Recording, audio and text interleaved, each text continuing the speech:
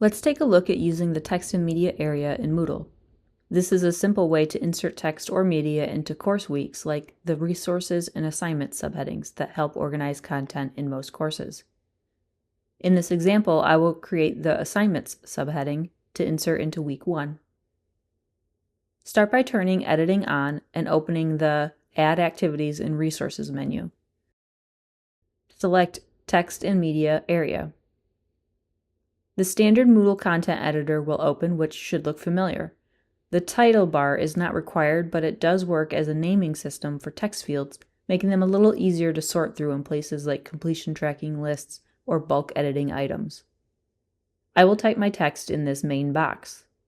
Since this is text I am using as a heading for content in the course, I want to set this as heading large.